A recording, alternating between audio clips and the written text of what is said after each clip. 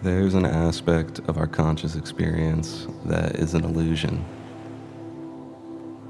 By illusion, I mean we see and feel and talk about it as if it's one thing, but it's actually something very different. It's not what we think it is or what it appears to be to us. And the reason for this illusion, or the reason why it seems like an illusion, is just really because of a conditioned pattern of thinking or pattern of appearances in the mind that really just hijacks our attention and takes advantage of that aspect of our human nature, and it convincingly makes us see one thing as another thing. It's understandable that most people would never see through this illusion because an illusion is typically something that's right on the surface, but upon first glance, or even looking at it for a while, some people never see it if they never even become aware of it. So if you never become aware of an illusion, it will, by nature, become harder to see. And the reason most people don't pay attention to it is just because there's so much on offer in our society. There's so much entertainment. We have relationships. We have futures that we have to secure and lives we have to lead.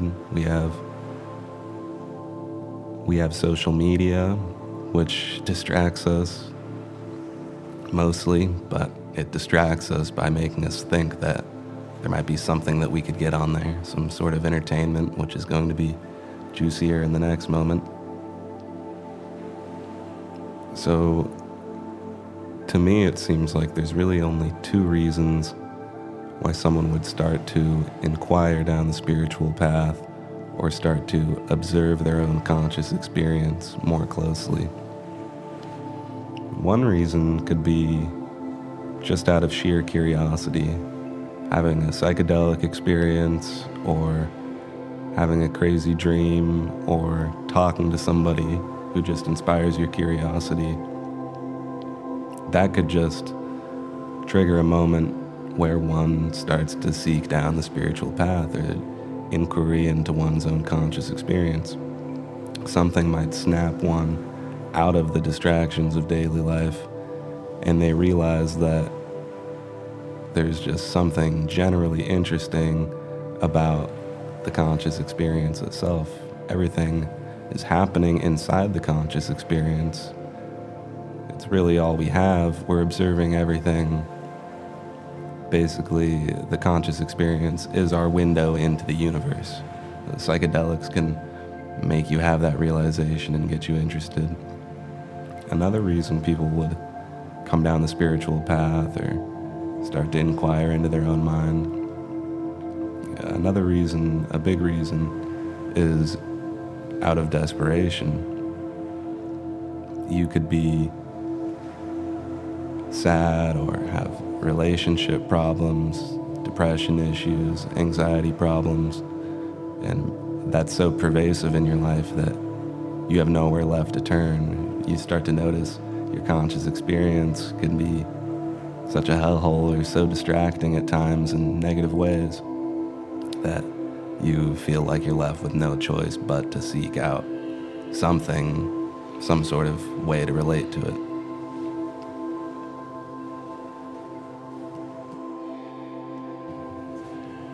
So, naturally, this opens the door for grifters and all the ways that they can come up with to take advantage of people. I recently came across a self-proclaimed life coach who sells a rapid 30-day Enlightenment program and sells books with titles like Silence Your Inner Mind and Make Millions Today. I don't think you need to be a spiritual adept to realize how enlightenment and the desperate need to make millions in sales might not go hand in hand.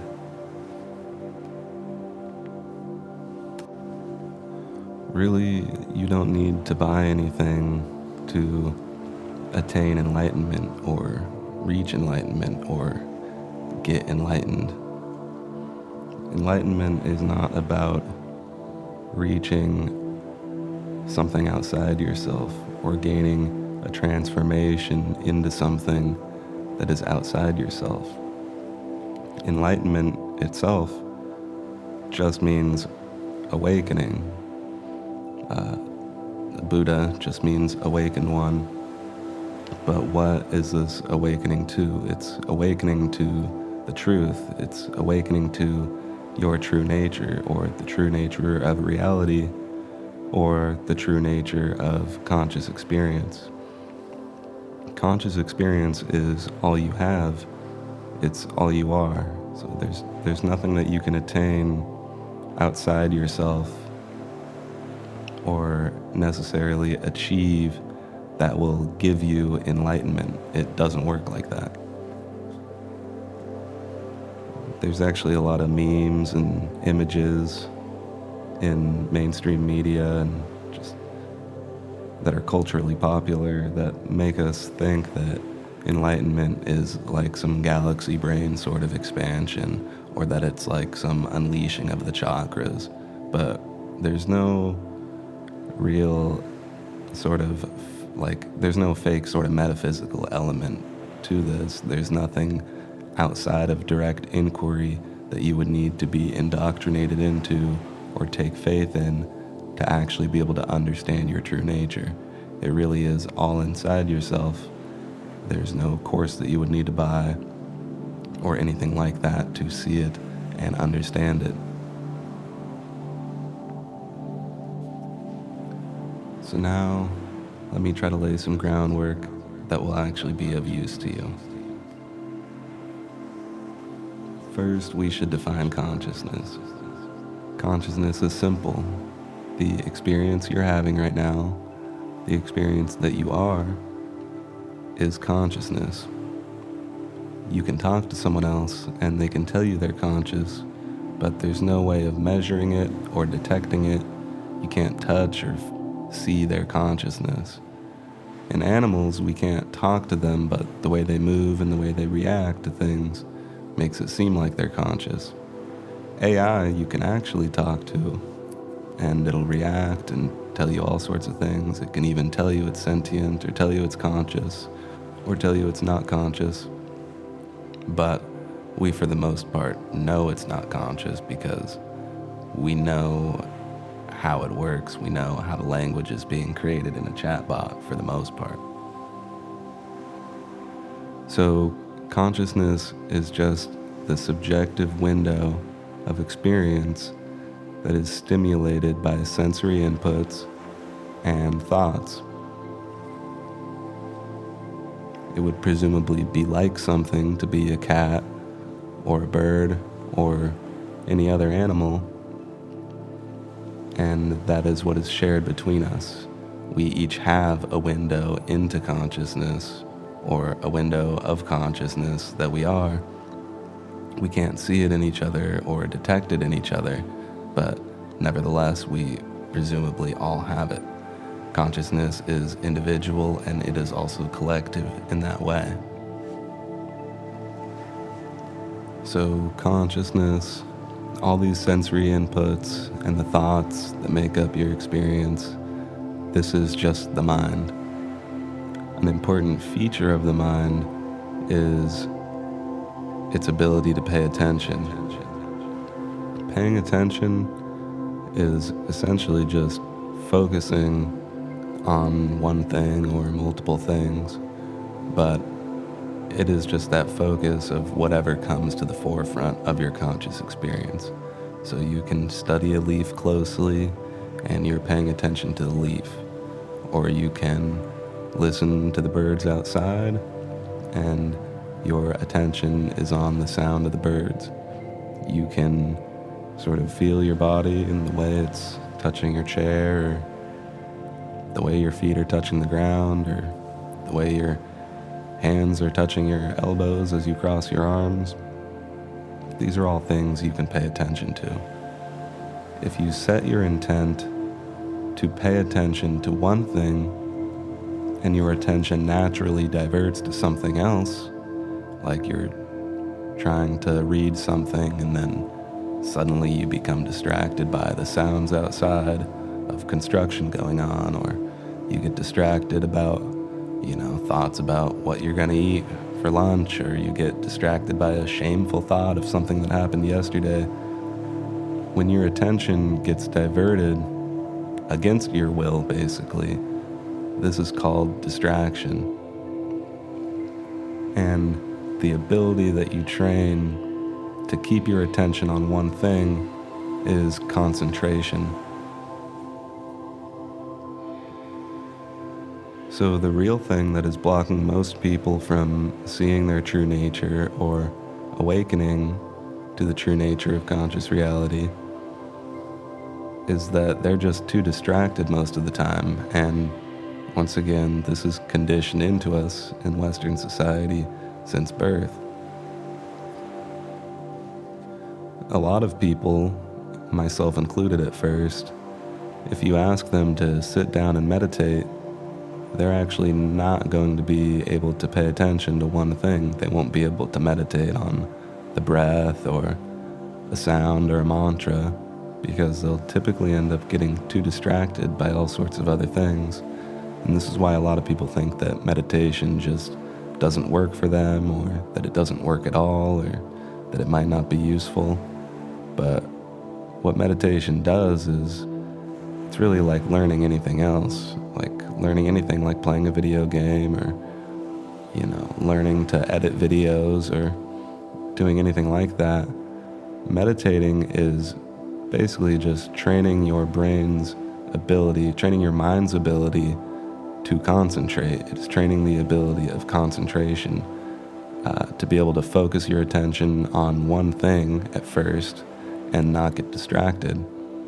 Eventually in meditation, you can focus on many things, or the whole picture, or you can even focus on nothing at all, and you won't get distracted as easily as when you start.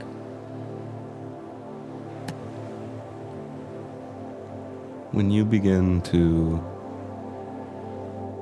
cultivate the skill of concentration and the ability to pay attention, you can sort of pay attention to the field of awareness itself and begin to immediately notice sensations as they come and go, and you can notice thoughts as they arise and pass away.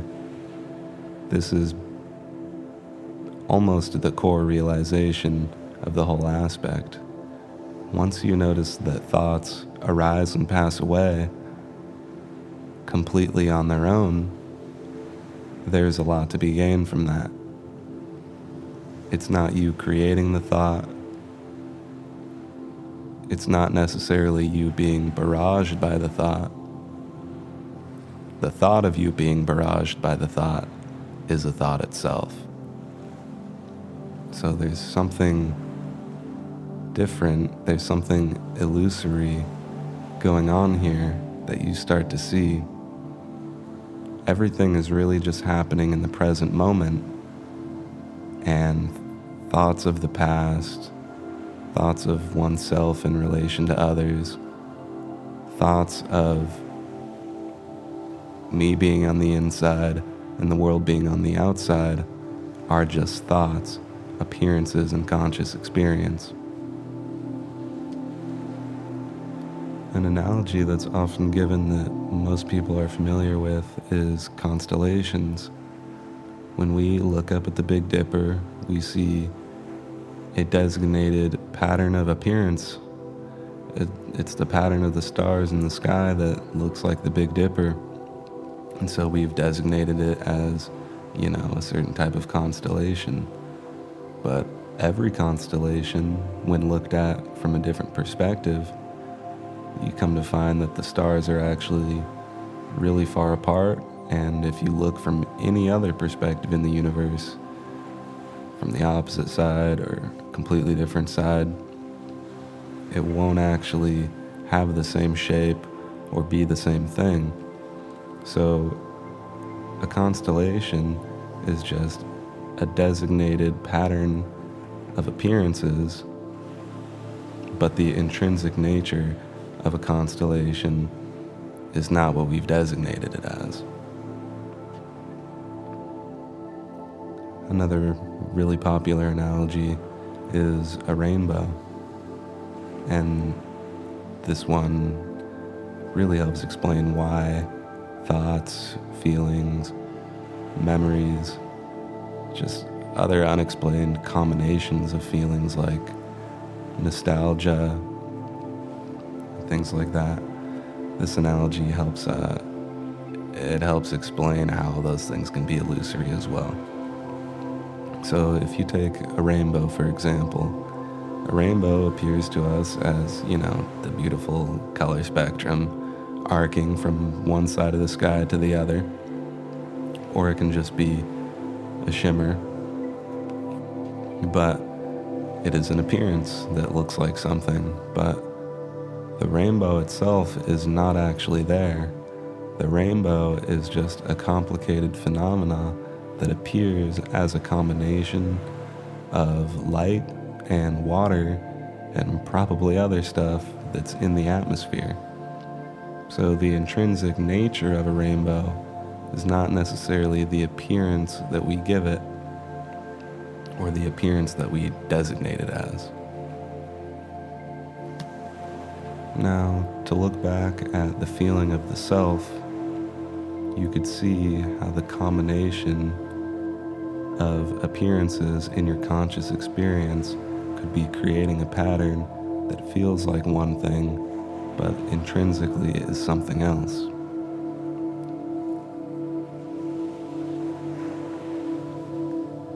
It's the same body in your field of vision, mostly all of the time when you're perceiving sight. You have memories and thoughts of the same people mostly all the time because we live in conditioned societies like that with close relationships. These people have called you the same name your entire life. These are all the appearances that form a pattern that looks like one thing, but it actually is just the constituent things. They don't make up a tangible whole. I'm sure anyone can imagine some simple body switching experiments. If you were to switch bodies with someone where you inhabited their body, but you kept all your same memories, all your same thoughts, all your same ideas, you would still be you. But if you were to switch bodies with someone, say you lay down and go to sleep, the next morning you wake up, you switch bodies with someone, and if you woke up with all of their memories, all of their pattern of thinking, all of their conditioned inner landscape of mind, you would effectively be them. You'd have no attachment to your old self.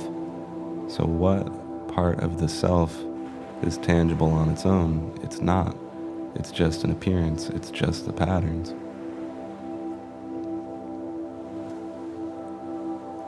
It gets even weirder if you imagine what it could be like to clone yourself. If you could create an exact replica that's identical to you and has your identical brain, it would have all your memories, your pattern of thinking, your inclinations, and all of that. It would effectively be you in its conscious experience. It would feel like you, just like you feel like you. So at that point, would we be able to just, kill you and let the clone live on, and that's the same thing?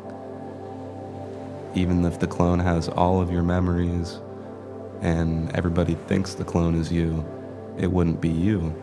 You would still be you, and the clone would be a different subjective window of conscious experience that is experiencing the world. It would just happen to have the same pattern of appearances in which it designates as itself. So now, once again, to bring this back to enlightenment or awakening, you are awakening to the intrinsic selfless nature of conscious experience, the intrinsic selfless nature of reality.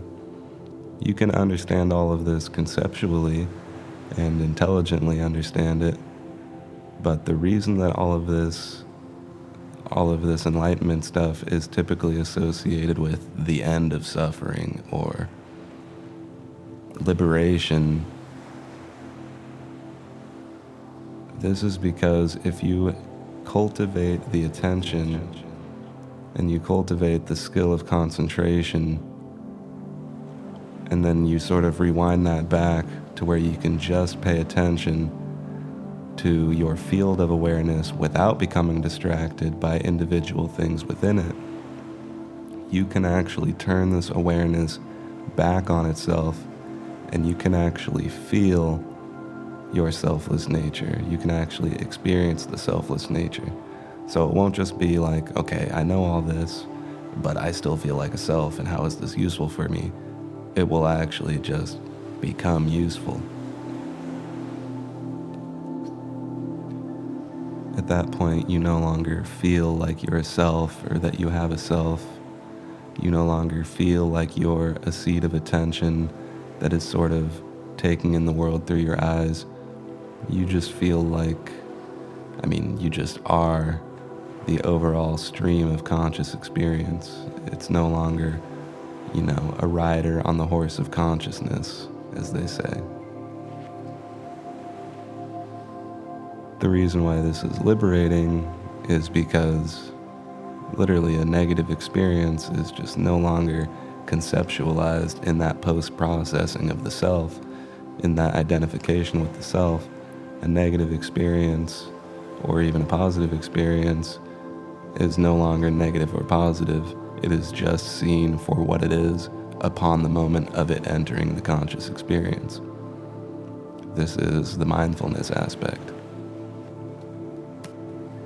The reason you would cultivate mindfulness for this purpose would be to stabilize the direct recognition of the mind's true essence. So if you don't cultivate mindfulness, your ability to get distracted, the thing that's already conditioned into you, is going to prevail almost every time, and the self is the thing that's going to be causing that. The ego, the self, is going to keep popping up in different ways, and your attention will be diverted to that, and you will identify with that.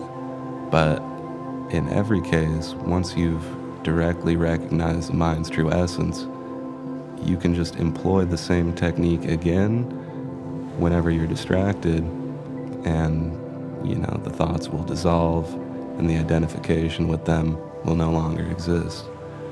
You just have to keep going back to that spot.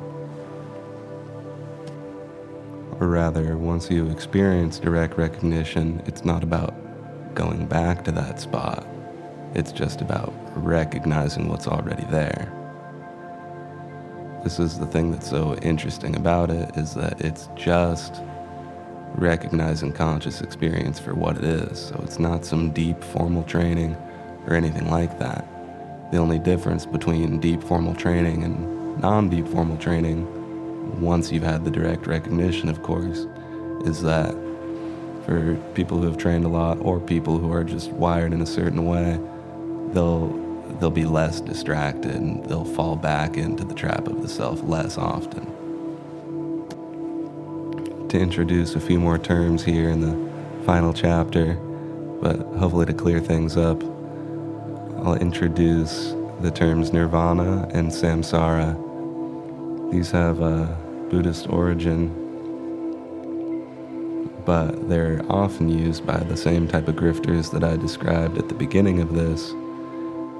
They're used or thought of or memed, nirvana especially, as some sort of far-off paradisical goal that you might go to when you die or something.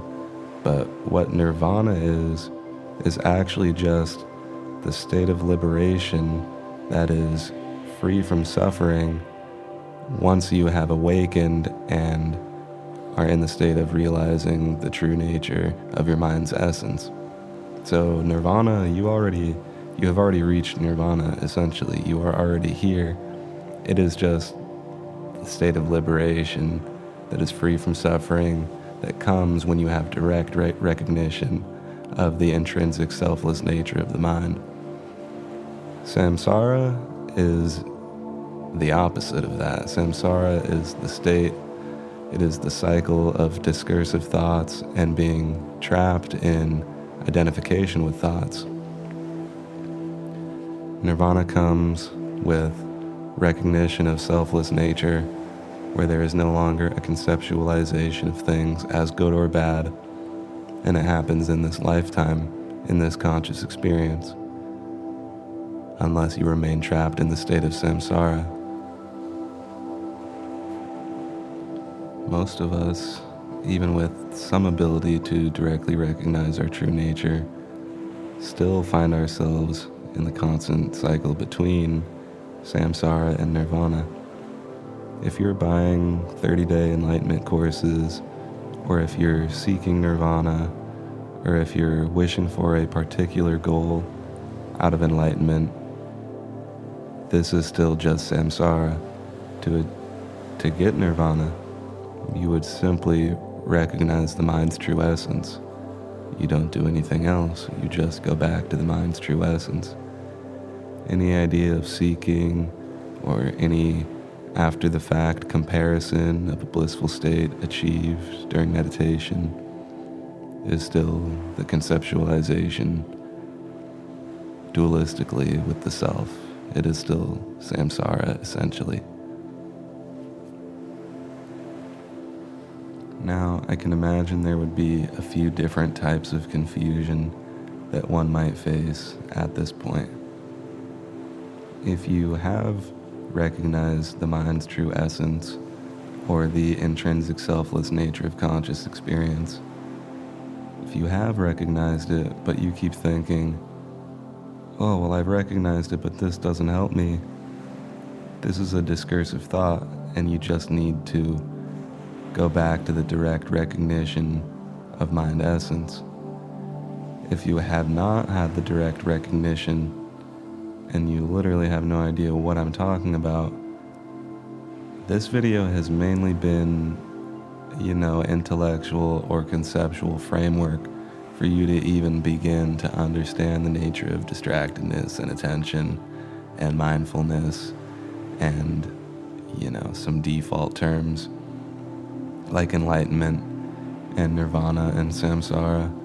This video has not necessarily been the direct pointing out instructions that one can use to identify the intrinsic selfless nature of consciousness. You can have your mind essence pointed out to you directly, and so you can experience it for yourself, and then you'll be able to go back to that direct recognition. You'll understand the technique that's used, because it is really just like an illusion, the self, or this locus of attention or identification that we have. It's just like an illusion where it might be really difficult to see it for some people, easier for other people, but this illusion, at least, everybody can actually see it. And it really is sort of something that is as simple as just shifting your focus, and then the thing that was right there the whole time now becomes apparent. So don't worry, there's going to be other videos that actually explain that and go into that. That really is the whole meat and potatoes of this. But if I just started talking about that and giving the pointing out instructions or referring to pointing out instructions, it wouldn't make any sense.